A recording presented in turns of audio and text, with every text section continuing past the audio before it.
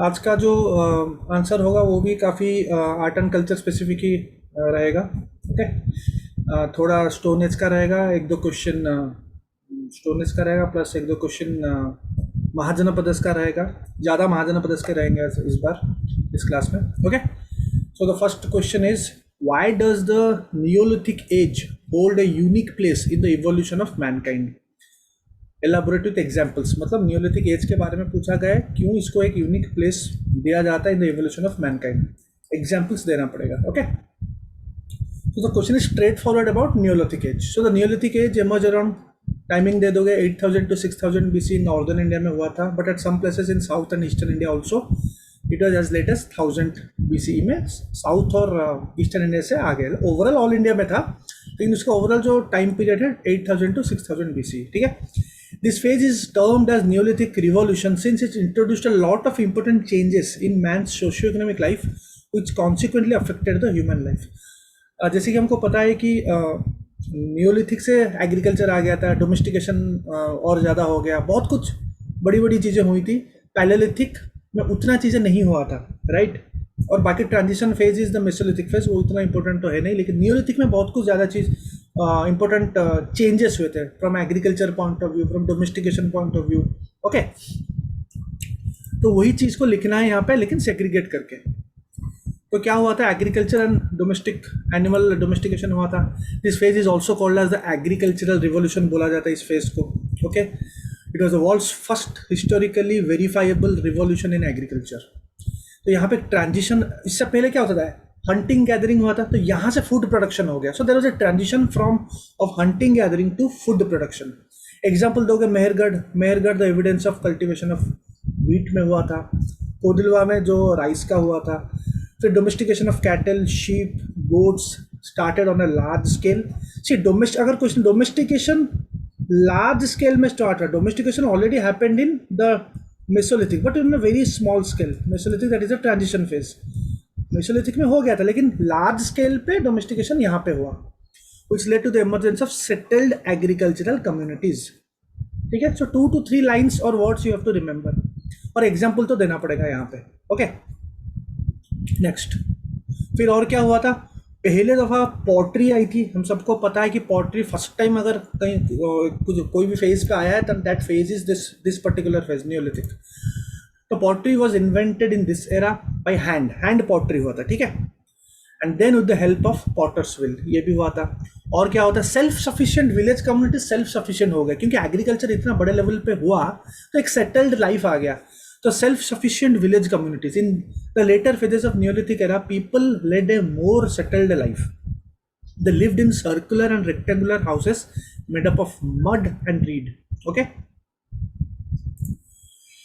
They also knew how to make boats and spin cotton, wool and weave cloth. तो ये सब advanced techniques शुरू हो गया। Because of this only they became self-sufficient. Okay? Technology में भी improvement हुआ, इनोवेशन हुआ, जैसे कि polished picked and ground stone tools okay use. Of. Use very सेल्स, वेरी एक फेमस टर्म है CELTS, especially important for hand axe tools. The new polished tools made it easier for humans to cultivate, hunt and perform other activities in a better manner. क्योंकि जब polishing हुआ तो जाहिर सी बात है ईजी होगा, cultivate करने के लिए, हंट करने के लिए ईजी होगा। सो ये इनोवेशन एंड टेक्नोलॉजी में हो गया। फिर क्या हुआ, डिवीजन ऑफ लेबर, ये एक इंपॉर्टेंट पॉइंट है। Division of labour based on sex and age. As society was progressing, the need for additional labour was recognised and this labour was procured from other non kin groups, क्योंकि काम बढ़ गया ना। If you see hunting, cultivation, self sufficient communities बढ़ गए, तो जाहिर सी बात है काम बढ़ गया, सोसाइटी प्रोग्रेस कर रही है, और जब सोसाइटी प्रोग्रेस कर रही है तो लेबर भी चाहिए, तो एडिशनल लेबर चाहिए।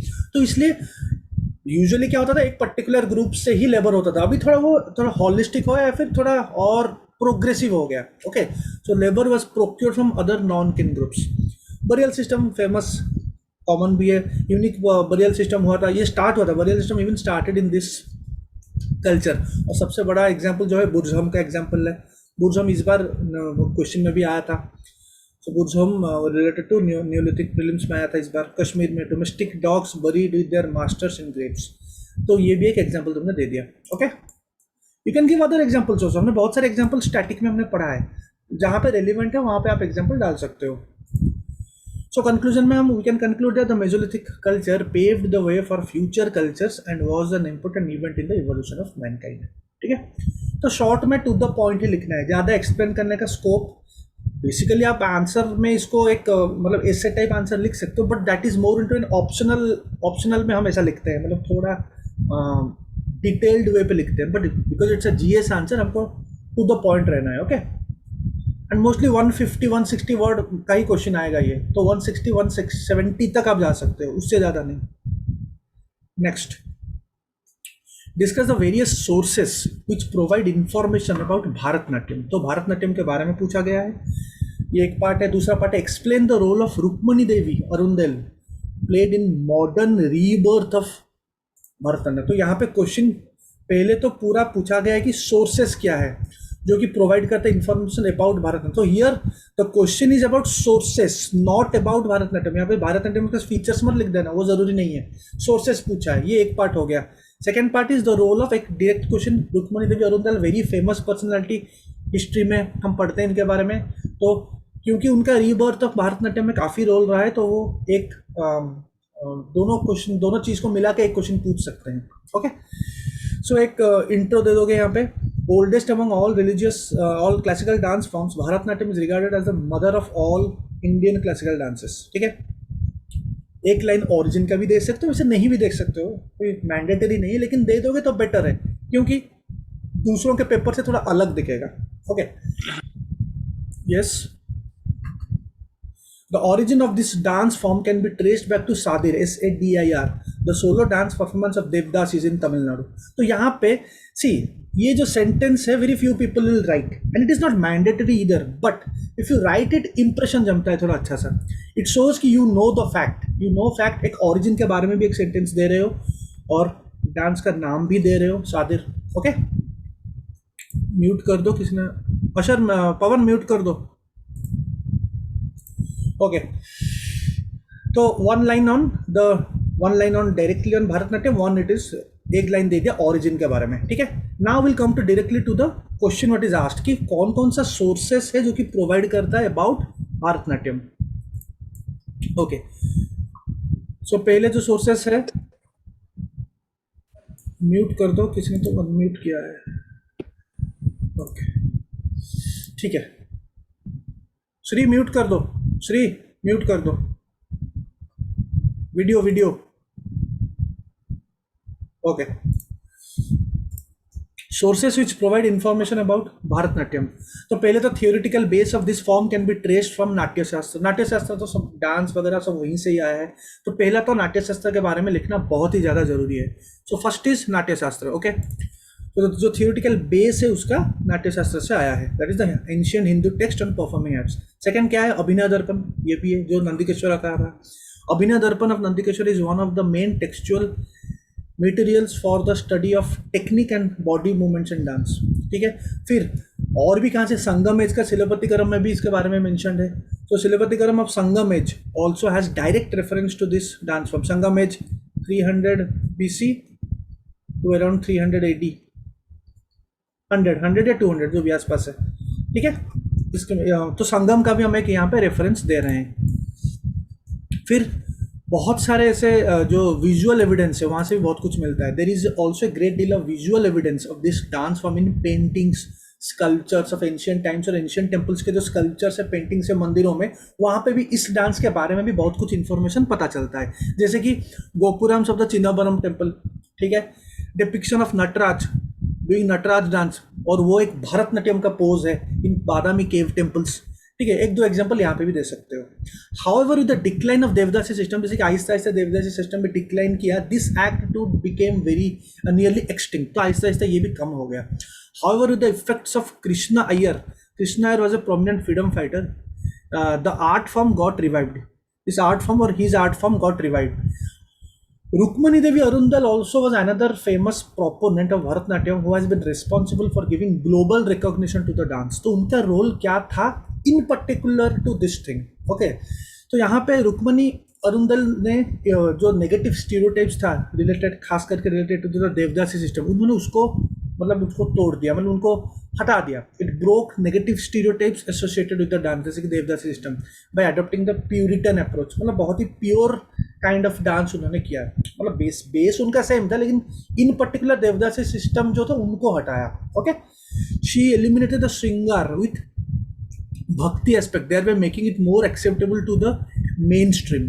तो वहाँ पे जो उनका एक श्रृंगार रहता था, खास करके देखो उस डांस पे थोड़ा, अगर बहुत ही पहले पहले ज़माने में जाओगे, थोड़ा वुमेन को सब्जुगेट करने का चीज़ उन्होंने वहाँ पे था. तो उन्होंने क्या किया, आहिस्ता आहिस्ता जो हमारे लेटर टाइम्स में जो भक्ति मूवमेंट आया उसके साथ लिंक कर दिया इन्होंने.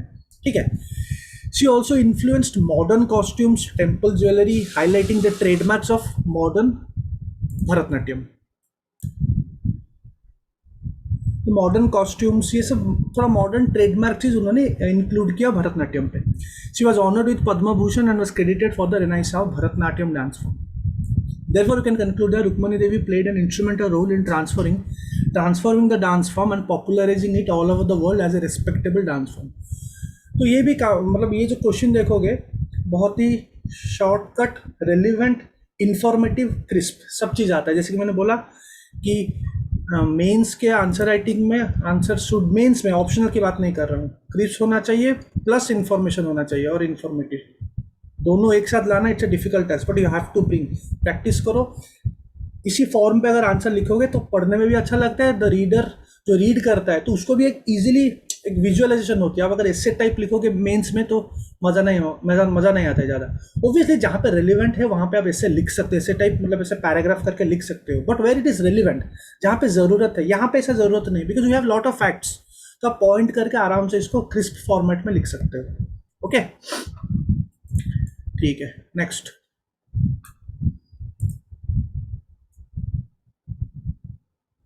okay, very important question.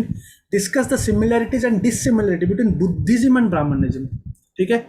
Buddhism and, इसके लिए आपको बहुत ही स्ट्रॉन्ग स्टैटिक नॉलेज चाहिए, खास करके जो बुद्धिज्म का जो 6th सेंचुरी बीसी और उससे पहले जो ऋग्वेदक में जो ब्राह्मणिज्म होता है, इन डेप्थ स्टैटिक नॉलेज अगर है तभी जाके आप आंसर अच्छा खासा लिख सकते हो. नहीं तो आप बस ऐसे ही मीडियोकर आंसर लिख के आओगे. ठीक है. तो Buddhism and Brahmanism, first of all लिख देंगे बुद्धिज्म ओरिजिनेट कब हुआ था. Buddhism originate in the 6th century BC, Mahajanapada के टाइम पे. इन रिस्पॉन्स क्यों ओरिजिनेट हुआ था, बिकॉज ब्राह्मणिकल रिचुअल पहले से था, it was there in the later Vedic और नॉर्मल वैदिक एरा पे. In response to the complex Brahmanical rituals and the prevailing caste inequality जो कि ऑलरेडी चल रहा था, तो it was prevailing before 6th century BC in the Vedic era, later Vedic. Whereas Brahmanism is an ideology and a way of life originating from the history of Vedas. Vedas से ही तो Brahmanism आया है. Okay, so one line में you give a perspective. शुरू भी कब हुआ था, क्यों हुआ था, everything we are writing. यहाँ पे अगर आप ज़्यादा मतलब सेम चीज़ को अगर 60-70 वर्ड्स में आप कवर करोगे तो you will be in loss. Simple as that. तो वर्ड फॉर्मेशन भी बहुत मायने रखता है यहाँ पे. लाइक कॉमा दे के आपको लिखना पड़ेगा. ये हो गया टाइमलाइन, ये हो गया वाई रीजन, ये भी prevailing reason, comma again comma, I am not ending the sentence. Where as I also give a prospect about Brahmanism from where it came. ठीक है. Now similarity. Okay, this will help you in prelims also. Similarity क्या है पहले दोनों में, देखो doctrines common to both. क्या क्या ऐसा डॉक्ट्रिन था जो कि दोनों में था. देखो आत्मा जो सेल्फ होता है, सोरो, डिलीवरेंस, डिजायर, कर्मा, रीबर्थ, ये सब में दोनों में है. मीन्स अलग हो सकते हैं लेकिन डॉक्ट्रिन तो कॉमन है ना दोनों का. The doctrine of karma and transmigration was accepted by both the systems. The endless round of births and rebirths was recognised by both systems of philosophy. जो बर्थ होता है अगेन रीबर्थ होता है, हिंदुइज्म में भी है, वो बुद्धिज्म में भी है, दोनों में है. Buddhism accepted the 4 great truths of Brahmanism. That is, there is sorrow, there is a cause of sorrow and suffering, there is end of sorrow and ultimate salvation. Now the thing is, we think that these 4, because we read normal books and this is only related to Buddhism. No, these 4 are also in Hinduism or Brahmanism you can say. But means is different. Means. Buddhism बोलता है कि meditate करो, जैसे कि जो उनका जो 8 प्रकार का जो 8 फोल्ड पाथ है वैसा करो, लेकिन टू अचीव सैल्वेशन. हिंदुइज्म बोलता है कि रिचुअल्स करो to attain salvation. But the thing is these great truths are accepted by both. Okay, self control was recognised by both as a path to salvation. The concept of nirvana जो कि Buddhism में है, it is nothing but equivalent to the concept of moksha in Hinduism. The word moksha is it moksha, मोक्ष प्राप्त करना हम Hinduism में बोलते हैं, निर्वाणा हम बुद्धिज्म में बोलते हैं। Although the methods of attainment are different but the concept is the same, right. इसी मेथड को हम डिफरेंस में लिखेंगे बट द कॉन्सेप्ट बोथ का जो बेसिक कॉन्सेप्ट वो तो सेम है ना। ओके और बुद्धिज्म से पहले ब्राह्मणिज्म आई थी वैदिक में। So we can say that Buddhism has deep roots in Hindu philosophic thought. तो हम एक मतलब in a way we can say it's not exactly similar but at least we can say कि हाँ it has deep roots in the Hindu philosophic thought because Hindu philosophic thought came from Vedas and Vedas came before Buddhism. Okay second, Buddhist sangha life जो sangha order होता है it is influenced by Brahmanic ashramic life. Brahmanism में ashram life है तो वही चीज in a way you can say similar है। The Sangha system is in Buddhism has its origin or source in Brahmanism itself. Out of the 4 ashramas, Brahmachari, Vanaprastha and Sannyasi were based on asceticism like the Buddhist monks only. अगर आप देखोगे कहीं ना कहीं similar है। और क्या है, नॉन वायलेंस। हिंदुइज्म ब्राह्मणिज्म भी नॉन वायलेंस सिखाता है। Every religion teaches non violence. There is not a single religion it will teach you to be violent, right. So the creed of non violence, both the doctrines advocated ahimsa और non violence. Idol worship, both Hinduism, basically Mahayana and Brahmanism followed idol worship. Here, but the thing is here you have to write Mahayana. See, you have to write Mahayana. Mahayana in particular followed, बाद में जो Mahayana आया उन्होंने idol worship को follow किया था, right? जो हम difference पढ़े हैं. So both followed idol worship. Equal rights to men and women. दोनों. Buddhism and Brahmanism did not have any discrimination against women. संघा में women were allowed, जिसको भिक्षुनीस बोलते हैं. Initially they are not allowed, but after some time they are allowed. Even in Vedic times, women were allowed to read Vedas and Puranas. Obviously, it started decreasing later on, but still then they were allowed, right? Full-fledged ban nahi tha. They were allowed to read Vedas and Puranas. So here, no need to mention कि initially women were not allowed in Sangha. No need to explain everything. Be stay relevant. जो कि पूछा गया है वहाँ से लिखो, उतना ही लिखना है, ठीक है? बच्चों की तरह नहीं लिखना है, 10th क्लास की तरह। ओके सिस्टम ऑफ फास्टिंग दोनों में है। The Brahmanical system of fasting on select days has been adopted by Buddhism. Buddhist system में भी फास्टिंग रहता है। संघा ऑर्डर में वो सब चीज़ रहता है। फास्टिंग हमारे यहाँ भी रहता है, आज भी करते हैं लोग। Teacher people relations in both the systems, teacher people relations were cordial, direct, personal and intimate. It serve the scheme and system of education. दोनों में एजुकेशन है, दोनों में टीचर और गुरु शिष्य का जो पढ़ाना जो चीज़ होता है वो भी था। ओके लेकिन डिफरेंस क्या था? डिफरेंस क्या था कि देखो बुद्धिज्म में कास्ट सिस्टम नहीं है, absence of caste system in Buddhism. Hinduism में कास्ट सिस्टम है which is one of the biggest disadvantage.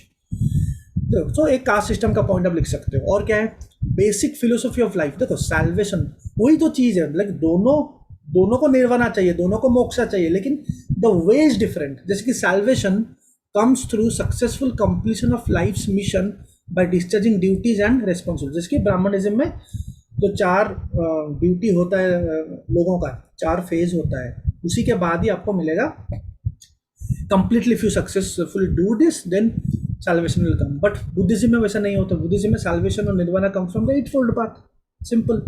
Okay तो कास्ट सिस्टम हो गया, बेसिक फिलोसॉफी हो गया, and another is education. Education में ब्राह्मणिज्म में गुरुकुल बेस्ड एजुकेशन, बुद्धिज्म में संघा बेस्ड एजुकेशन। संघा बेस्ड में भी टीचर पीपल रहेंगे लेकिन नाम अलग अलग है, right. Same thing you have to write in difference. Basic education is the same but it is a gurukul based education in Brahmanism. Buddhism it is a sangha based education. The Brahmanical gurukul system was not only autocratic but also unitary. The guru was supreme. तो Brahmanical system में गुरु जो बोलेगा वही होगा, ठीक है। मतलब वो ऑटोक्रेटिक भी था, काइंड ऑफ यूनिटरी था, ठीक है। लेकिन बुद्धिस्ट संघा में डेमोक्रेटिक और रिपब्लिकन टाइप। तो यहाँ पे हर किसी को मौका दिया जाता था। और ब्राह्मणिकल में अगर देखोगे जो ब्राह्मण बोलेंगे, जो रिचुअल्स बोलेंगे वो आपको करना है। वहाँ पे you can come and say कि ओके चेंज इट और modify it, right. So it was in a way it was very fix और वेरी क्या वर्ड है जो इंग्लिश में यूज करते हैं, it was very rigid, kind of rigid. You can use the word, और तो better to use word autocratic, ठीक है। क्योंकि यहाँ पे आप अगर डेमोक्रेटिक यूज कर रहे हो तो if you right autocratic here तो एक टैंडम में होता है, डिफरेंस क्लियरली देखने को मिलता है। Okay use of right words जिसको बोलते हैं। ओके नेक्स्ट पॉइंट इज और एक पॉइंट है ब्राह्मणिकल सिस्टम ऑफ एजुकेशन में there was a stage of grihi और house holder, right? Brahmanical system में है, बट इन बुद्धिस्ट सिस्टम में studentship was for ever. A bhikshu could not come back to the life of a house holder. एक बार आप भिक्षु और भिक्षुनी बन गया, वापस नहीं आ सकते अपने हाउस होल्ड लाइफ में। एक बार आप स्टूडेंट बन मतलब वो सिस्टम में चले गए, so you are gone. Worldly life was strictly forbidden, और वर्ल्डली लाइफ हो नहीं सकता। Worldly life was strictly forbidden in Buddhism, लेकिन हिंदुइज्म में वैसा नहीं है। Okay, Buddhist education was more collective, but Brahmanical was more individual. Buddhist education में अगर आप देखोगे कलेक्टिव होता है, संघाटन में मिल बांट के सब करते हैं। It was more Brahmanic. See salvation दोनों में इंडिविजुअलिस्टिक है। Here I am using education, the term education. If you write here salvation or nirvana, then the meaning will be different. Salvation is individual, Buddhism में भी, but I am talking here about education. Education is collective, Buddhist education. But Brahmanic education was individual because वहाँ पे supreme होता है जो गुरु होता है, right? और आपको एक individualistic level पे करना है जो भी करना है, okay? So these are the points you can club and write. Next, okay, एक हड़प्पा का क्वेश्चन काफ़ी सारे हमने ऑलरेडी कर रखा है, और एक सील के बारे में एक क्वेश्चन, इंडिविजुअल सील्स के बारे में कर लेंगे, ठीक है? Seals form the most elegant creations of Harappan civilization elucidate. मतलब सील्स के बारे में पूछा, you have to write how they are the most elegant creations of Harappan civilization. मतलब it is a direct question about static notes में जो seals के बारे में लिखे हैं, okay? Okay. A marked feature of the Harappan civilization was the vivid imagination and the artistic sensibilities executed by the number of sculptures, seals, potteries and jewelries. If you see, last 2 दिन से I am using this statement. बार बार एक statement को if you use it, so your intro gets very easy. आपको सोचना नहीं पड़ेगा. In the real time exam में you have to write that only. Obviously, out of 20 questions, only 1 question will come from IVC. So make one particular intro. बार बार अपने intro change मत करो, it will be a problem then in the real time exam. तो intro को एक ही रखो, better. हमेशा intro को एक रखो ताकि it becomes easy for you to remember. और marked feature of Harappan civilization was the vivid imagination and the artistic sensibilities executed by numerous sculptures, seals, potteries, jewelleries etcetera etcetera. ठीक है, now will straight come to the point जो पूछा गया है। Seals from the most elegant creations of Harappan civilization. How? See, most of the seals were made up of steatite. वो information देना है, fact देना है। Steatite which is a soft stone, लेकिन ऐसा नहीं कि हर चीज स्टीयाटाइट से बना था। मोस्ट लाइक 90% स्टीयाटाइट से बना था। Few of them were made of terracotta, gold, agate, chert, ivory, faience, इस सब में बना था। With beautiful figures of animals such as unicorn, bull, rhinoceros, tiger, elephant, bison, goat, buffalo. एक सबसे बड़ा जो पशुपति सिल्क हड़प्पा का है, एग्जाम्पल देना, पशुपति सिल्क हड़प्पा का है, मोहनजोदड़ो मत लिखना है, यहाँ पे पूरा गलत हो जाएगा, ओके? फिर उसके बाद सील्स बहुत जगह यूज हुए हैं, already we have mention in our first day 1 first question में मेंशन किया था। कमर्शियल पर्पजेस में यूज हुए थे, काफ़ी ट्रेड वगैरह पे यूज हुआ था। फिर some seals with the hole on them have been found on dead bodies, और ये इंडिकेट करता है कि this indicates that they might have been used as amulets, perhaps as a kind of an identity card. ठीक है, mathematical images were found on seals which में भी मतलब ऐसा बोला जाता है कि सील्स में educational purpose, so commercial, educational, individual, identity card is an individual level, religious level. तो ये आंसर आप बहुत ही वेराइटी प्रकार के कर सकते हो, you can use your own words. ठीक है, अगर इस पशुपति सिल्क को आप रिलीजियस दे सकते हो, कमर्शियल एक कमर्शियल वर्ड हो गया, आइडेंटिटी कार्ड को एक इंडिविजुअल लेवल दे सकते हो। You can use the right use of words, ये सब यूज कर सकते हो। बाकी मैथमेटिकल में मैथमेटिकल इमेजेस, तो मैथमेटिकल में एजुकेशन एक टर्म दे सकते हो। सो दिस 4 वैरायटी का ऐसे भी लिख सकते हो, प्रॉब्लम नहीं है, लेकिन वैसे भी अगर लिखना है तभी भी लिख सकते हो, कोई प्रॉब्लम नहीं है, ओके? नेक्स्ट, फिर क्या है द स्टैंडर्ड हड़प्पन सिल। अभी थोड़ा और इन्फॉर्मेशन दे देंगे। द स्टैंडर्ड हड़प्पन सिल was a square in shape, square भी था, रेक्टेंगुलर भी था, लेकिन स्टैंडर्ड ज़्यादा से ज़्यादा स्क्वायर थे। 2x2 dimension. However 2 types of seals were found, एक स्क्वायर का था, एक रेक्टेंगुलर का था। यहाँ पे देखो, यहाँ पे योर वही चीज़ है, your prelims knowledge will come into play. जितना आप इन डिटेल्ड किए हो वहाँ पे आप एग्जैक्टली लिख सकते हो, क्योंकि स्कोप है यहाँ पे। स्क्वायर में एनिमल और human figure on one side, inscription on the other side. Rectangular में बोथ साइड्स पे inscription, directly taken from our notes. तो यहाँ पे थोड़ा डिटेल करोगे तो यहाँ पे आपको हाफ मार्क 1 मार्क ज़्यादा मिल सकता है दूसरों से, बिकॉज आप यहाँ पे डिटेलिंग करके आप क्योंकि सील के बारे में लिखा है और क्यों उसको ऐसे एलिगेंट बना, बिकॉज ऑफ दिस इंस्क्रिप्शन भी है वहाँ पे स्क्वायर में। अब एक साइड पे इंस्क्रिप्शन है, रेक्टेंगुलर पे बोथ साइड्स पे इंस्क्रिप्शन है। ओके, फिर Harappan seals have been found also in Mesopotamian cities like Susa करके एक जगह है, ऊर करके एक जगह है। तो ये मतलब ट्रेड होता है, ये इससे पता चलता है कि ट्रेड बहुत हुआ है। ओके, ट्रेड बहुत हुआ है, you can just add it, ठीक है, जो ऊपर भी हमने लिखा है। लॉथल में button seal has been found, तो एग्जाम्पल में हम दे रहे हैं Pashupati seal has been claimed to be one of the earliest depictions of Hindu god Shiva who is revered in Hinduism.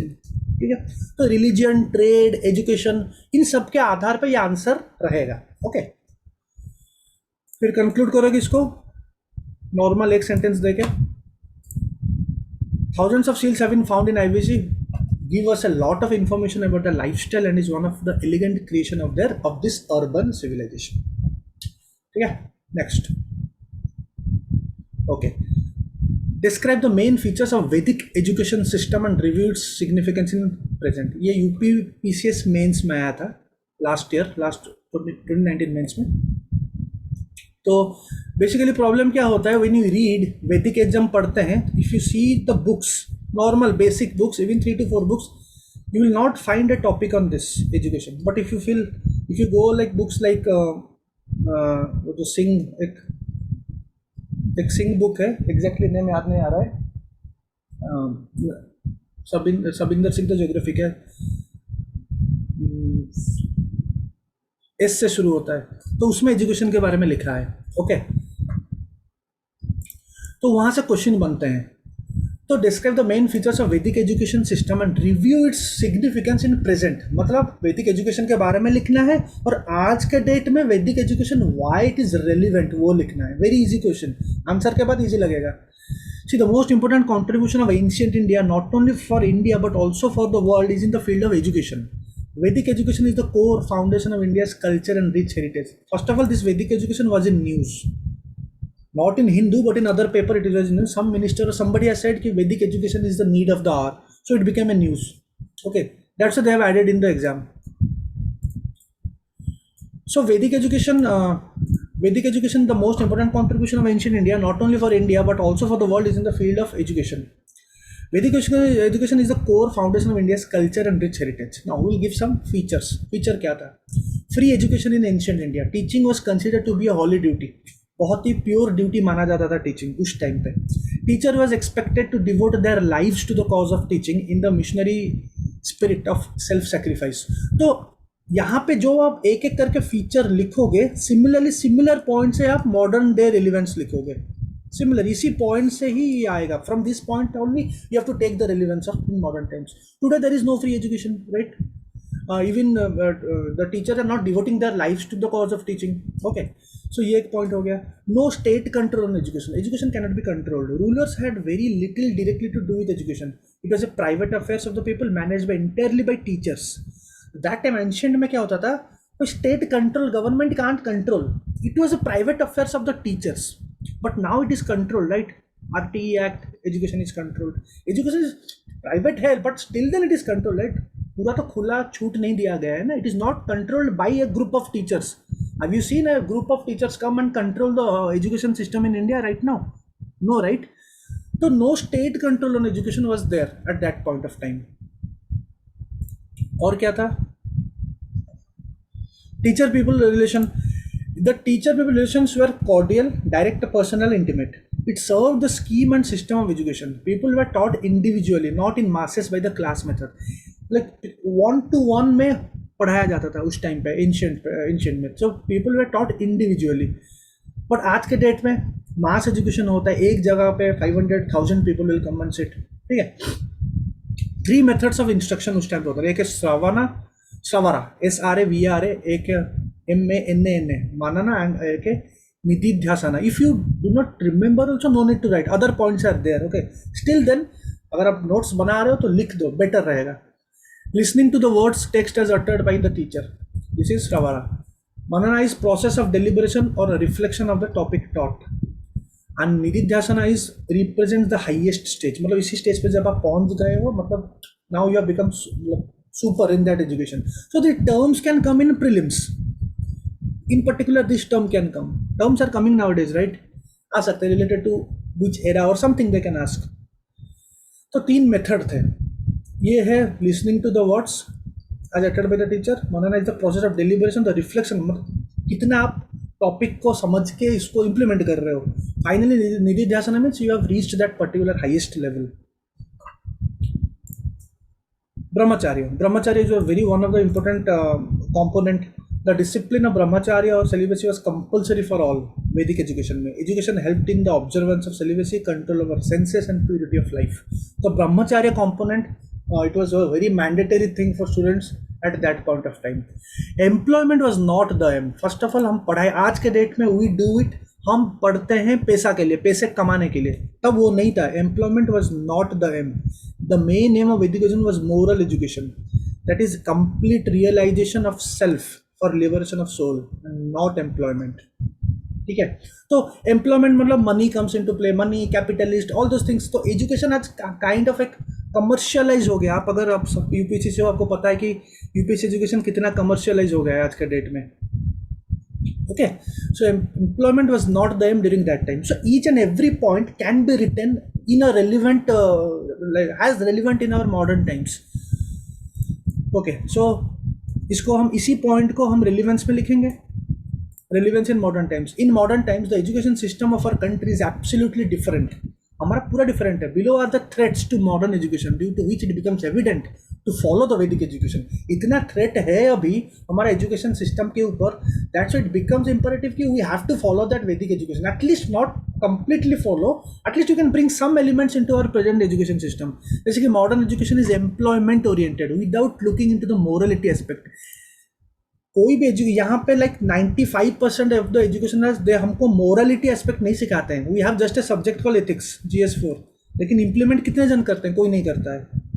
सो हमारा education is completely employment oriented. Yes, employment oriented it should be that, nobody is denying the fact, but also morality aspect should be included into the employment orientation thing. Okay, second point is educational institutions and teachers have become very commercial in nature and charge exorbitant prices without providing any real knowledge. Like a very common thing everyone knows in each field, even in IIT field, even in a UPC, any field, if you go to a place, so price is very high, but with respect to the real knowledge, or if you see the real notes बोल सकते हो या फिर relevant चीज़ें बोल सकते हो, उस हिसाब से price match नहीं करता है. Okay, individual educational guidance is on a decrease, which is the need of the hour. Individual educational guidance नहीं होता है आज के डेट में.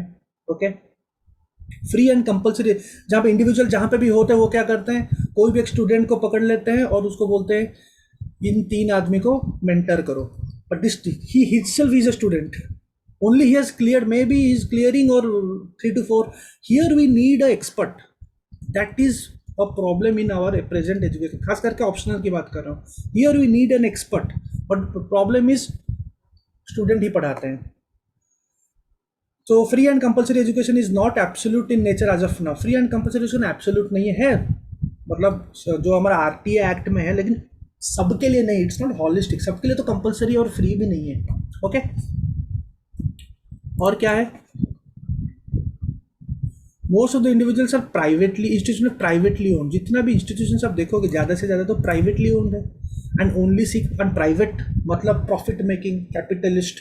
ओके, हमारे यूपीसी को ले लो, सारे के सारे तो प्राइवेट ही है. 90 to 95% are private owned, right. So therefore we should take pride in our Vedic education, and the government should imbibe some values of it in our present education system. Some values, कुछ values तो imbibe करना चाहिए. ऐसा नहीं कि everything you can put it, everything we can't put it in today's time, because Vedic time was different, today's time is different, but at least we can bring the morality aspect, you can bring some change in our present educational system. Okay, यहाँ पे आप national health policy, national education policy के मतलब लिख सकते हो, but it is purely a art and culture question, so you can omit of national health policy, or you can write one line in the end, you can just give a touch and go कि हम national education policy में भी हम एक Vedic kind of education भी add कर सकते थे और add कर सकते हैं. Okay, understood? Next. Okay, Give a comparative analysis of the different aspects of Rigvedic and later Vedic ages, emphasizing on social, political, economic, and religious aspects. Now see, here you are giving an analysis of the difference between Rigvedic, that is 1500 to 1000 BC, and later Vedic 1000 to 600 BC. Okay. So यहाँ पे एक साथ question आने का chances कम है. They can ask social and political, they can ask only economic, या फिर they can ask only religious. तो एक फ्रेमवर्क मैंने बना दिया है. If you remember the framework, you can use it anywhere, any kind of question. एक साथ तो आएगा नहीं, because it will become very big, because 150 and 250 scope में सब नहीं आ सकता. इधर सिंगल आएगा या फिर two, any two can come. Okay. हमारा जो वैदिक नोट्स है, हमने बहुत क्लियर कट सब एक एक चीज़ हमने किया है. जिसने नहीं किया वो खुद कर लें, या फिर इस आंसर से भी काफ़ी इंफॉर्मेशन आपको मिल जाएगा.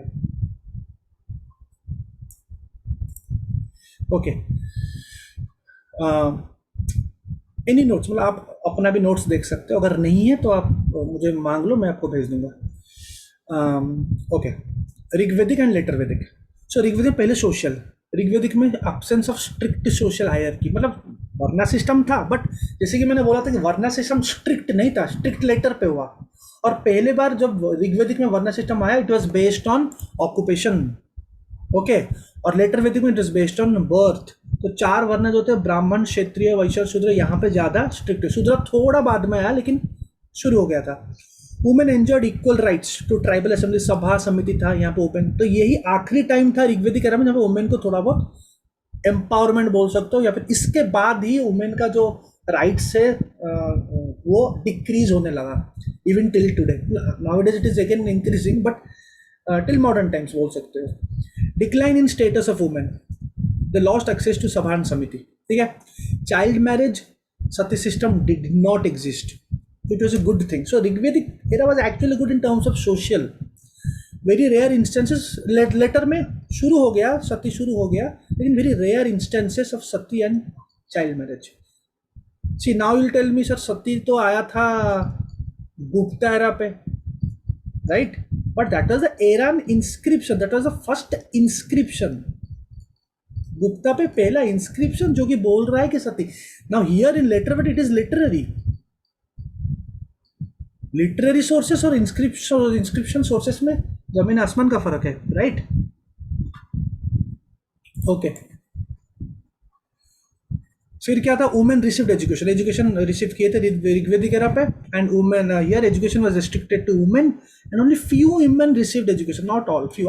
जैसे कि मैंने बोला कि आहिस्ता आहिस्ता लेटर वैदिक में वुमेन का कंडीशंस स्टार्टेड डिटोरिएटिंग. ओके. फिर पॉलिटिकल में आ जाओ. पॉलिटिकल में तो chief was known as raja और राजन और gopati, and was selected among the clans men. उनके क्लैन के लोगों में से ही सिलेक्ट होता था. His office was thus not hereditary, मतलब ऐसा नहीं कि उसका बेटा ही आएगा, अपने क्लैन के कोई भी आ सकता है. It is not hereditary. So these things will be help you in prelims question also. Hereditary kingship emerged, also emerge the idea of the divine nature of kingship. तो आहिस्ता आहिस्ता लेटर पे हेरिडिटरी किंगशिप शुरू हुआ, और एक जो भी किंग होगा तो उसको एक डिवाइन की तरह हम देखेंगे. वो भी चीज़, वो जो बाद में काफ़ी हुआ, इवन टिल चोला तक भी चला. इवन चोला के मिडिवल में भी हुआ था, टिल मॉडर्न तक चला था. तो एक किंग को भगवान का रूप मानना. So that also emerge in the later Vedic. Okay. Then wars was primarily fought for the protection of cows. War बहुत हुआ वैदिक एरा पे. मुझे एक चीज़ बताओ, क्या आईवीसी में वॉर हुआ था? इंडस वैली सिविलाइजेशन में वॉर हुआ था, येस और no? Anyone? No war. No war. War नहीं हुआ था. ठीक है. बहुत ही पीसफुल था आईवीसी में. It was very peaceful. ठीक है. Wars were primarily fought for the protection of cows. Wars were no longer fought for cows but for territories. क्यों? क्योंकि द टर्म राष्ट्र अपियर हो गया था लेटर पे. तो आहिस्ता आहिस्ता वॉर फॉट हुआ टेरिटरी के लिए. फाइनली महाजनपद हुआ उसके बाद 6th सेंचुरी और 600 BC में. ठीक है. और क्या हुआ था? This was the age of jana. Mahajanapada और जना बोलते हैं.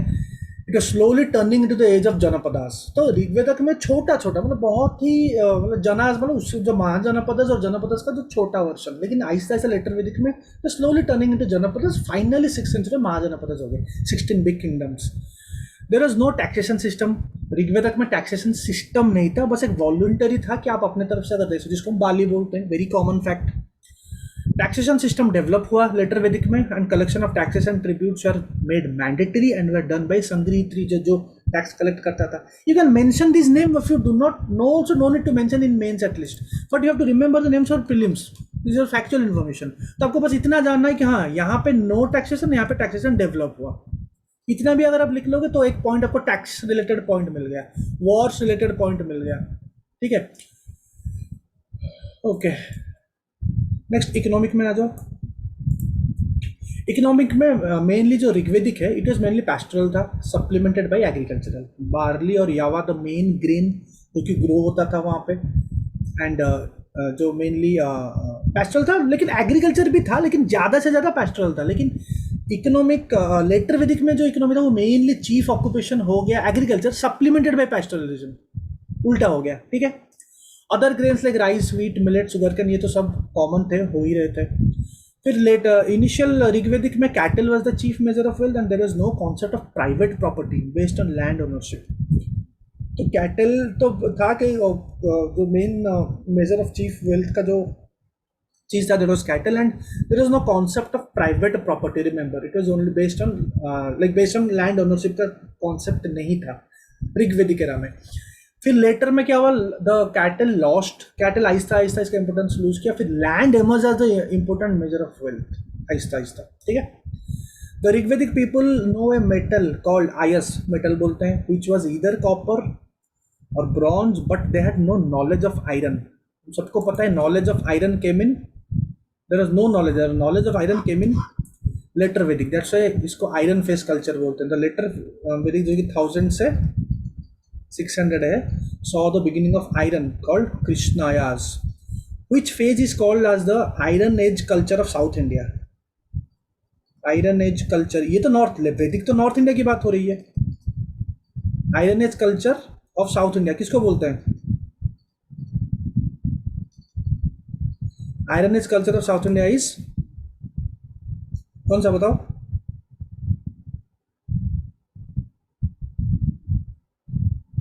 एम से शुरू होता है, साउथ इंडिया से 1000 से अराउंड 300 AD BC। मेगालिथ किसने टाइप किया? यस, मेगालिथ, आवाज करके बोलो, मेगालिथ एज, ठीक है। Remember the timing, south India पे 1000 to 300, अदर एरियाज में भी थे लेकिन more it was into Deccan and south India. इसके ऊपर भी क्वेश्चंस नेक्स्ट क्लास में आएंगे। 300 BC तक हुआ, 300 BC के बाद आ गया क्या? संगम साउथ इंडिया में, ओके। तो जब यहाँ पे ऊपर 1000 वैदिक, लेटर वैदिक, जहाँ पे नॉर्थ में आयरन आया था, उसी वक्त साउथ में भी आयरन आ गया था, that is a megalithic as.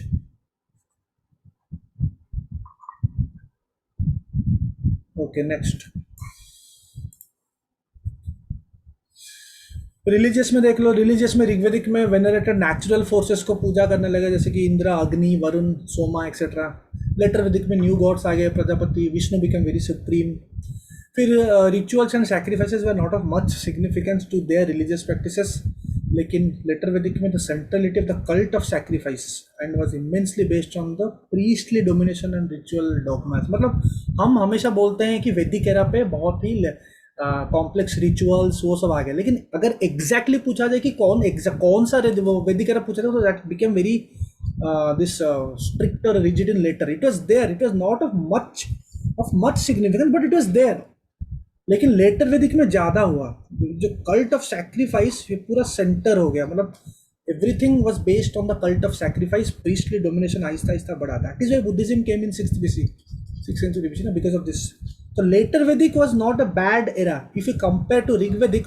वैसा भी क्वेश्चन आ सकता है, देयर विल बी कंपैरिजन, एक स्टेटमेंट लगा, it was like later Vedic थोड़ा रिलेटिवली ऋग्वेदिक से थोड़ा ज़्यादा लाइक एम्पावरमेंट नहीं था. Anything can come as a sentence, normal sentence. So you have to write the answer from here only. Okay. Okay, next. Okay, ये एक इम्पोर्टेंट क्वेश्चन है. या discuss certain aspects of Vedic age which is the Indus valley. अब मैं वैदिक as को Indus, थोड़ा उससे पहले था IVC. Certain aspects of Vedic age which is IVC, are they similar और डिससिमिलर? Conduct suitable analysis. अब हम पढ़ते तो है आईवीसी खत्म कर दिए, फिर हम वैदिक बोलते हैं, हम वैदिक भी खत्म कर दिए, लेकिन क्या सिमिलर था इन दोनों में? यूजुअली अगर नॉर्मल लेमैन को पूछो वो बोलेगा कुछ सिमिलर नहीं था. क्या बोलेगा? आईवीसी अर्बन था, वैदिक रूरल था, तो क्या सिमिलर हो सकता है? तो difference everyone can say because they have gone through normal books. Difference everyone can write, but what about similar? Yes, there are some points which are similar. Similarity क्या था यहीं से पता चलेगा. You have to connect things. Okay, direct similarity तो नहीं मिलेगा obviously, you have to connect things. तो एक वन लाइन आप लिख सकते हो, जैसे कि time line. Every time what you can do in introduction is, in खास करके in any factual art and culture और ancient answer, any age will be given, right? Any Gupta age और Mauryan age. From introduction you can give a time line like during this phase. So you can start your answer by giving a timeline. Okay, this is the phase. This is the this BC or this BC AD or something. You can write. तो framework में उस दोनों का timeline लिख देना, जैसे हम ऊपर लिखते हैं. सिमिलरिटी में क्या करोगे? Many of the religious features of both IVC and वैदिक वर एब्जॉर्ब्ड इनटू लेटर हिंदुइज्म. कल एक क्वेश्चन किए थे आईवीसी का, कैसे लेटर हिंदुइज्म में बहुत सारी चीजें ऐड होने लगी. पशुपति सील में जो प्रोटो शिवा था वो बाद में क्या बना? हिंदुइज्म में लॉर्ड शिवा बने. ट्रीज को हम पूजा करते हैं, इवन आईवीसी में ट्रीज को पूजा किया था. तो लास्ट येस्टरडे क्लास का जो आंसर है, it will like it's complementing, right? IVC में एक हो गया पशुपति, जो कि लॉर्ड शिवा बाद में, ठीक है. एक हो गया आईवीसी में ट्रीज को पूजा करते हैं, ट्रीज, जो कि बाद में क्या हुआ? सेक्रेड ग्रोव्स, ठीक है. बाकी आईवीसी में पूजा करते हैं फैलस वर्शिप, ठीक है. फैलस वर्शिप बाद में क्या हुआ? शिवलिंग, ठीक है. तो ये सब आप ऐड कर सकते हो, ये सब बाद में. इवन वैदिक में भी कुछ चीज़ था. वैदिक में भी तो गॉड्स लाइक विष्णु को पूजा किया जाता था, वो आज भी तो हिंदुइज्म में है. So it is a similarity. तो रिलीजियस फीचर काफ़ी सिमिलरिटी रखते हैं दोनों में. ओके. फिर क्या था? एक हमने रिलीजन का एंगल लिखा सिमिलरिटी में, और क्या लिखेंगे? Both of them were quite rich in material aspects. The Harappan mathematics must have helped the Vedic mathematics known as Sulvasutras. हमने स्टैटिक में सुल्वसूत्रस के बारे में पढ़ा था. Sulvasutra which is a form of, जिसको हम वैदिक मैथमेटिक्स में स्टैटिक में पढ़े थे. कहीं ना कहीं ऐसे हिस्टोरियंस बोलते हैं कि ये कहीं ना कहीं थोड़ा बहुत Harappan mathematics must have helped the Vedic mathematics known as the Sulva Sutras, which form a part of Kalpa Sutras and deal with the construction of sacrificial altars used in Vedic ritual. अल्तार तो आईवीसी में भी use हुए थे. तो historians link किए हैं कि Harappan mathematics कहीं ना कहीं हेल्प किया होगा वैदिक मैथमेटिक्स को, which is known as Sulva Sutras. Okay. Both Harappan and Vedic civilization had made great contribution in the field of metallurgy. Metallurgy दोनों में था. Use of baked bricks, pottery, wheeled carts, ये दोनों में था. Okay.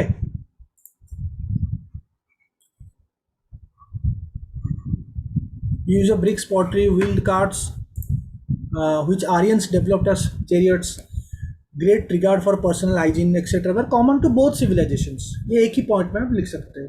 Difference we all know, very common. Agriculture, economy जो जैसा था कॉमन. मैंने एक फ्रेमवर्क बना दिया है. IVC is urban. First of all IVC is urban, Vedic is rural. And IVC का सोर्सेस आर्कियोलॉजिकल, इनका sources literary. Main sources of economy internal external trade, craft, industries. इनका इनिशियली, क्योंकि रूरल बन गया ना, तो इनिशियली पैस्टोरल, अर्ली में, later agriculture. Pastoral plus agriculture या एग्रीकल्चर प्लस पैस्टोरल सप्लीमेंट किए हैं.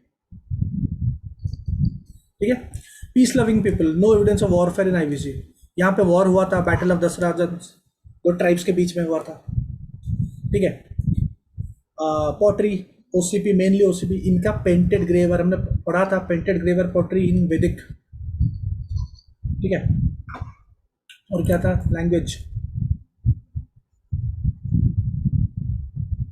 जैसे कि आईवीसी में पता नहीं है, स्क्रिप्ट पता नहीं है, ओके। इंडस स्क्रिप्ट स्टिल अनडिसिफर्ड, लेकिन वैदिक Sanskrit is the mother of all non Dravidian languages. जितना भी नॉन द्रविडियन लैंग्वेजेस है उनका यहीं से वैदिक संस्कृत से है। संस्कृत वर्सेस तमिल का डिबेट है, कौन पहले आया था, नोबडी नोज, ठीक है। लाइक अदर इंटरप्रिटेशन है, कोई बोलता है कि संस्कृत आया, कोई बोलता है तमिल आया, तो नोबडी नोज। तो इसलिए नॉन द्रविडियन मैंने लिख दिया है, okay. IVC people quite literate, बहुत लिटरेट थे। Vedic people illiterate in terms of writing. Horse not found in IVC except few bones in Surkotada. Horse, but horse played, because wars हुए हैं ना, जब वॉर होंगे तो हॉर्स तो आएंगे ही। Played a decisive role in the Aryan system of warfare. IVC में कोई पर्टिकुलर रिलीजन नहीं था। येस्टरडे क्वेश्चन रिलीजन के ऊपर काफ़ी अच्छे से हमने किया था। उन्होंने नेचर को वर्शिप किया, उन्होंने पशुपति सील मिला है, लेकिन there is no evidence of religion. Historians interpret कि हाँ some metaphysical aspects of religion were there, but direct evidence of religion is not there, okay. Here direct worshipped gods, so कहीं ना कहीं it is a precursor to Hinduism, यहीं से हिंदुइज्म आया है, okay. Next, how did the gana sanghas differ from the mahajanapadas in the 6th century BC, okay. अभी 6th century BC में हम आ गए हैं। 6th century mahajanapadas is big kingdom, 16 big kingdoms, ठीक है, पावरफुल किंगडम्स। गण संघा मतलब चीफडम्स और ओलिगार्ची। गण संघा मतलब थोड़ा, मतलब इनसे कम था। गण संघा मतलब पावर अगर हम पावरफुल, कौन ज़्यादा पावरफुल है तो महाजनपद is more powerful. Gana sangha was ruled by a group of a particular clan, वो रूल करते थे, ठीक है। तो डिफरेंस क्या था? Out of the 16 most powerful mahajanapadas, Magadha, Kosala, Vatsa, Avanti, कुछ नाम दे देना। 16 names you can't give, so you can write Magadha was very powerful, Kosala, Vatsa, these are all powerful kingdoms. Vajji and Malla were 2 gana sanghas out of the 16 महाजनपदस में, तो ये 2 गण संघा भी थे। गण संघा और महाजनपदस के बीच में भी फाइट होता था। यूजुअली महाजनपदस अटैक्ट गण संघा एंड उनको अटैक करके अपने टेरिटरी के अंदर ले आते थे, ओके। अदर एग्जाम्पल ऑफ गण संघा जैसे साक्या, कपिलवस्तु का, कोलियाज, रामग्रामा का, कोलियाज, ये सब क्लैन है, ठीक है। Because gana sangha they ruled by a group of particular clan, मिलके वो रूल करते थे। तो यहाँ पे भी हमने एग्जाम्पल दे दिया मगध का, कुशल का। यहाँ पे भी हमने साक्या, कोलियास जो कि फेमस हैं, उनका एग्जाम्पल दे दिया। फिर महाजनपदस और मेन जो उनका जो डिफरेंस है, सी महाजनपदस में पावर सब, all power was on the king, ठीक है। Centralised government, ruling family becomes the dynasty, hereditary succession, hereditary के हिसाब से रहेगा, okay. Gana sangha power vested on a council, एक काउंसिल होता था comprising the heads of the leading Kshatriya families, and the authority structure of ganas had greater elements of tribal organisation. Chief office उनका जो Ganpati was not hereditary, जैसे कि उनका ग्रुप रहेगा, एक पर्टिकुलर क्लैन का ग्रुप रहेगा, मतलब kind of A council of ministers. आज के डेट में जैसे काउंसिल ऑफ मिनिस्टर्स है, ग्रुप है, तो वैसा ही एक ग्रुप था, वही चलाएंगे, ठीक है। खास करके लीडिंग क्षत्रिय फैमिलीज जो होते हैं, कहीं ना कहीं एक पर्टिकुलर ट्राइब का, कम्युनिटी का, जैसे कि कोलियाज हमने लिखा है एग्जाम्पल, उनका ग्रुप चलाएगा, ठीक है। तो चीफ ऑफिस लेकिन यहाँ पे हेरिडिटरी नहीं है, ठीक है। वो एक क्लैन से, मतलब बहुत सारे लोग का जो लोग हैं, डिफरेंट पीपल वहाँ से हो सकते हैं। कोई एक पर्टिकुलर लोग और उसके अंडर में उसका बेटा और उसका बेटा होगा, वैसा नहीं है जैसे कि महाजनपदस में है। जैसे कि महाजनपदस में हमने पढ़े हैं, बिम्बिसार, अजातशत्रु, हम सब पढ़ा है, उसका बेटा, उदयन, उसका बेटा, ये सब रूलर बनते हैं, ठीक है। Major kingdoms generally occupied the fertile alluvial tracts of the Ganga valley. अब देखोगे ज़्यादा से ज़्यादा जो महाजनपदस है, आई गेस अराउंड 16 में से 14 महाजनपदस तो गंगा वैली में है। साउथ में बस एक ही है, दैट इज अस्माका, ठीक है, साउथ में एक ही है।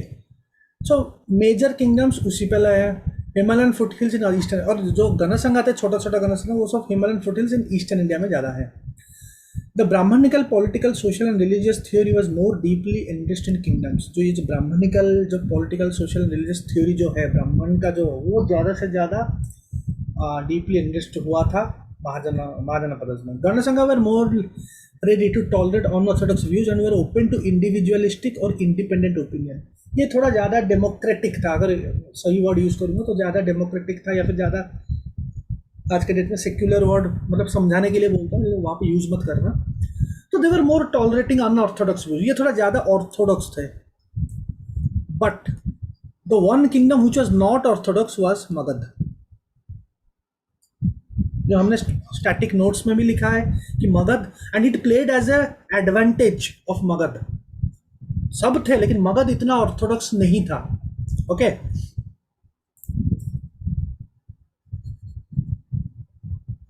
ओके नेक्स्ट, और क्या डिफरेंस है? Mahajanapadha's political power was concentrated in the king, who was advised by the ministers, advisory council such as परिषद एंड सभा। तो डायरेक्ट एक किंग रहेगा, किंग के साथ एक मिनिस्टर्स है वो एडवाइस करेंगे। यहाँ पे गणसंघ में the political system of the gana seem to have been a compromise between government by assembly and by an oligarchy within the assembly. मतलब असेंबली के अंदर में ही एक पर्टिकुलर ट्राइब भी रूल करेंगे, तो उनके बीच में कॉम्प्रोमाइज हुआ था। ठीक है, तो इसीलिए इंटरनल डिस्प्यूट होते थे, कभी कभी ओपिनियन मैच नहीं होते थे, तो दैट इज वाई महाजनपद हमेशा जीत जाते थे इनसे, क्योंकि इंटरनल एक यूनिटी उनका नहीं था। ठीक है, Mahajanapada have standing armies, again armies बहुत थे इनके। यहाँ पे standing armies were not present in ganasangha, but लिच्छा भी एक ऐसा गणसंघ था had a strong army, but combat operation के लिए बस, only for combat operation. You can write here और may not write, not an issue, but यहाँ पे स्टैंडिंग आर्मीज जनरली नहीं थे गणसंघ का। However, because of the centralized administration and a strong army, Mahajanapadas completely subjugated the Ganasanghas in due course of time. ठीक है, इसका ये आंसर मैंने यहाँ पे स्क्रीनशॉट लिया है, हमारा नोट्स जो है वहीं से ही। नोट्स में थोड़ा डिटेल्ड इन्फॉर्मेशन है लेकिन मैंने बुक से लिया है। Describe the effects of Persian and Macedonian invasion on India, direct from notes में हमारा डायरेक्ट आंसर है। Discuss the reasons behind Magadha's success, especially outline the role of its major role. ये भी डायरेक्ट नोट से, लेकिन फिर भी एक ओवरव्यू में बता देता हूँ। तो मगध का जो सक्सेस में क्या एग्जैक्टली क्या क्या, वेरी इजी क्वेश्चन है लेकिन पॉइंट वाइज लिखना पड़ेगा। First of all advantage geographical position था, proximity to the richest iron deposits जो कि साउथ बिहार में है। मगधन वेपन्स भी काफ़ी सुपीरियर थे एंड इफेक्टिव थे। Also both of its capital जो Rajgriha and Pataliputra were situated at very strategic points. ठीक है, गिरिवराजा और Rajgriha were surrounded by 5 hills which helped it to provide a natural fortification and was almost impregnable। तो एक defence mechanism हो जाता था। Similarly Pataliputra was more, Pataliputra आज के डेट पे modern Patna, Pataliputra was more like a water fort since it was situated on the confluence of river Son and Ganga. Ganga river पूरा बीच से काटता है रिवर बिहार को। ठीक है, यहीं पे ही पटना है, पाटलिपुत्र यहीं से ही काटता है। ठीक है, यहाँ से बॉक्सर है, यहाँ से जाता है what is the district name, Champaran, यहाँ पे एक डिस्ट्रिक्ट है, very famous district, very famous, anyone can tell me, very famous in, बोलूँगा याद नहीं आ रहा है।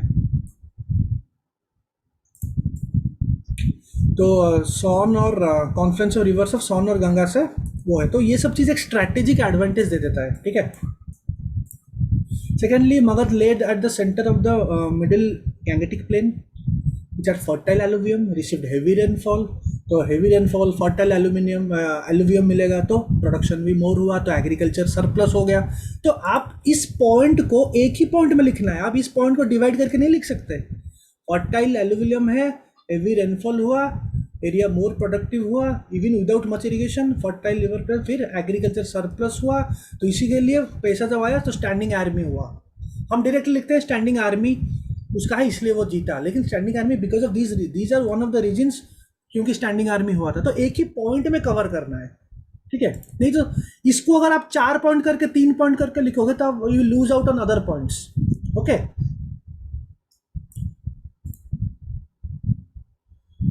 So here military advantage because वो है और even South Bihar areas also provided timber and elephants, which gave a special military advantage to Magad, as all other Mahajanapadas effectively used horses and chariots in warfare. उन्होंने दूसरे जो थे वो घोड़े use किए, चैरियट्स यूज किए, इन्होंने लेकिन मिलिट्री एडवांटेज था, इनका आर्मी ज़्यादा थे. Magadh was the first state to use elephants on a very large scale against its neighbors. Elephants could be used in storming fortresses and in marching over areas lacking roads or other means of communication. जहाँ पे road सही नहीं था वहाँ पे elephant लेके चले जाते थे. Thirdly, Magad certainly benefited from numerous able and ambitious rulers such as Bimbisar, Ajatashatru, Mahapadmananda. ये सब बहुत ही ambitious ruler थे, जो कि हम हिस्ट्री में इन्हीं के बारे में पढ़ते हैं, दूसरे के बारे में क्यों नहीं पढ़ते हैं, क्यों हिस्ट्री बुक्स में ज़्यादा नहीं है? Because they were more powerful.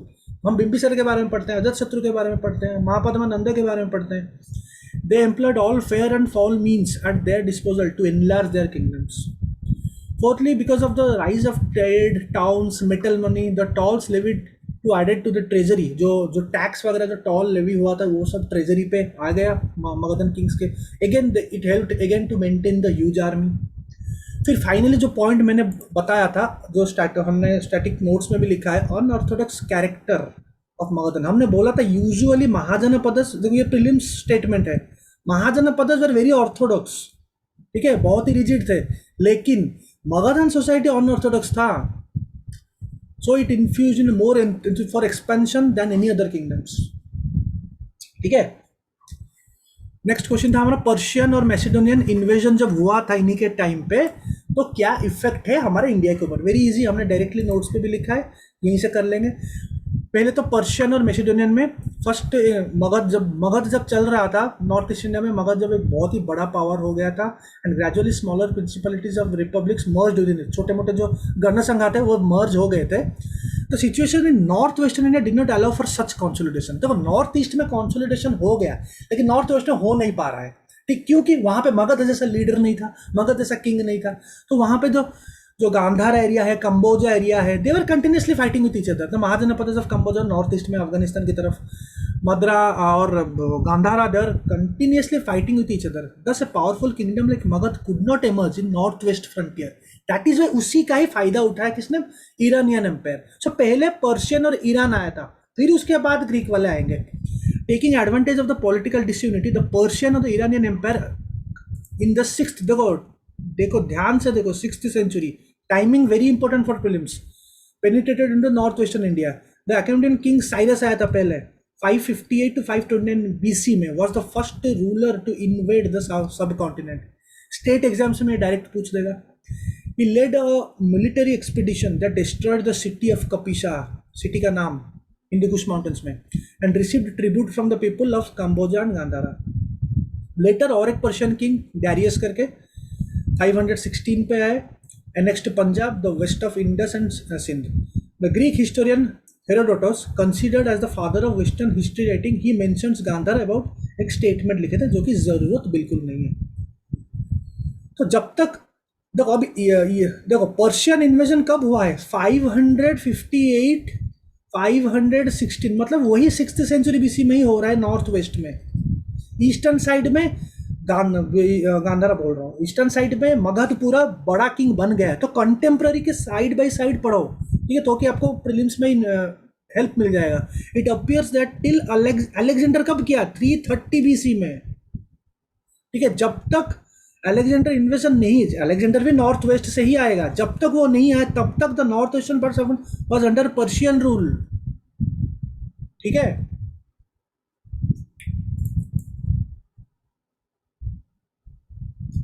तो ये जो no need to write Darius and Cyrus, no need to, but if you write Cyrus name and if you write 6th century in the mains, that is enough. Okay. Persian impact क्या हुआ, first of all वहाँ से खारोस्ती script आया, जो कि बाद में अशोका पे सबसे बड़ा स्क्रिप्ट यही तो था नॉर्थ वेस्टर्न इंडिया पे, अफगानिस्तान एरिया पे जो अशोका इंस्क्रिप्शन था, यही स्क्रिप्ट तो यूज हुआ था बाद में जब अशोका आएंगे. The introduction of the Kharosthi script which derived from Aramaic, it was the official script of the Persian empire, written right to left like Arabic in northwestern India, is a fine example of highlighting the Persian impact. Some of the Ashokan inscriptions in northwestern India were written in this script only, and it came from here. Persian एक type coin था, sigloi type coins are copied in India. Persian आए अपना coin लेके आएंगे, तो कहीं ना कहीं वो जाने के बाद वो अपना छाप छोड़ के गए और इसी टाइप कॉइन्स बनने लगे, सिग्लोई टाइप कॉइन। पर्शियन, ठीक है, एलेक्स ग्रीक नहीं है, पर्शियन है। It is possible that the rock inscriptions used by अशोकाबाद in 3rd century BC were inspired by Persian king Darius, ये भी हमने लिखा था। तो बोला जाता है कि पर्शियन किंग जो डेरियस आया था 516 में, 516 या 520 में, 516 में, तो कहीं ना कहीं वहां से इंस्पायर हुए हैं rock inscriptions. The monuments of Ashoka time, specially the bell shaped capitals, बहुत सारे अशोका ने एडिक्ट्स, बहुत सारे capital, bull capital, Rampurva pillar, एक दो पिलर हमने, अशोकन पिलर, बहुत सारे पिलर हमने पढ़ा था। तो कहीं ना कहीं वहां पे हमने आर्ट एंड कल्चर पे लास्ट स्टेटमेंट में भी लिखा था, इफ यू रिमेंबर, कि यहाँ से हुआ है, ठीक है। तो साइड बाय साइड वो नोट्स भी पढ़ो, आर्ट एंड कल्चर का नोट, जो last PDF number I guess last 2 to 3 PDFs art and culture का, वहाँ पे एग्जैक्टली मैंने सब डिटेल में बताया है। And preamble of Ashoka's edicts have a lot of Iranian influence. The 200 years of Indo-Persian contact resulted not only political influence but also socio-economic acceleration. बहुत सारे इंडो पर्शियन ट्रेड होने लगे, 200 साल के लिए रहे थे नॉर्थ वेस्ट में, महाजन प्रदेश के टाइम पे Indo Persian trade and commerce हुआ, तो कहीं ना कहीं resulted in forging cultural ties. तो इंडो ईरान आईआर का क्वेश्चन आएगा, इंडो ईरान का कोई क्वेश्चन आएगा GS 2 IR क्वेश्चन में।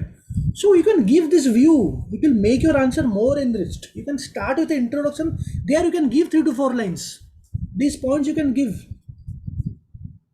like एक पर्सपेक्टिव आएगा कि you are giving a historical perspective, then you are moving to the answer, and in the way forward also you can give, अगर यहाँ से हो सकता है तो we can use it as our soft power, our historical connect you can use it as a soft power, or you can use as a cultural connect, ठीक है। और अशोकन इंस्क्रिप्शन हम सबको पता है इंडिया में कितना फेमस है और कितना इंपॉर्टेंट है from an history perspective, so that can be used in Indo Iran relations. Next, Alexander invasion, देखो अलेक्जेंडर कब आ रहा है, 327 में आ रहा है, ठीक है। तो Alexander invasion 355 to 326 BC was the son of Philip of Macedonia, Greece है, who invaded India in 326 BC. It is considered in the 4th century the Greeks and Persians fought for the supremacy of the world. तब Greeks और Persian लड़ रहे थे कौन कितना attack करेगा लोगों को, सुप्रीमेसी ऑफ द वर्ल्ड के लिए। After decisively defeating the Persian army led by Darius, the Macedonian counter marching across the Persian empire enter the Indian provinces, ठीक है। तो मैसेडोनियन पीछे पीछे आ गए, इंडिया आ गए। Alexander was attracted towards India not only because of its fabulous wealth but being a passionate student of geographical inquiry and natural history. तो वो काफ़ी पढ़ा लिखा आदमी था, तो उस चक्कर में वो आ गया India. He also wanted to solve the problem of the ocean, ocean का प्रॉब्लम मतलब जो रास्ता है, कहाँ से जाता है, क्या जाता है, वो सब चीज़। The limits of which were a puzzle to Greek geographers. The political situation of northwest India suited its plans, as at that time the region was split into a number of small independent states like Takshila, Punjab, Punjab में kingdom of Porus चल रहा था, Gandhara etcetera. No major united and strong resistance was put into Alexander, कोई एक proper United against में नहीं आया, ठीक है, except Porus who fought the famous battle of, जो कि झेलम पे होता, battle of Hydaspes. All other kings submitted meekly, सब हार गए। King Ambhi of Takshashila was the first to surrender, ठीक है। When Alexander reached Beas river, his soldiers, हम सबको पता है बियास रिवर तक पहुंचे, फिर उसके बाद his soldiers being were very, मतलब थक गए थे, होमसिक हो गए थे, डिजीज हो गए, refuse to go further, therefore he was forced to retreat, फिर वो पीछे चले गए। To mark the farthest point of his advance, जो कि बियास रिवर पे, he erected 12 stone altars on the northern bank of Beas river. He remained in India for 19 months and on his way back home he had military encounters with the Ganasangha. बहुत सारे गणसंघा के साथ military encounter हुआ वापस जब जा रहे थे, such as Malawaz और Malawi. He died at Babylon. Since he barely had time to organize its conquest in India, most of the conquered states were restored to their rulers who submitted to his authority. उसके पास ज़्यादा time नहीं था, ठीक है, तो कहीं ना कहीं most of the conquered states को वापस दे दिया गया, ठीक है।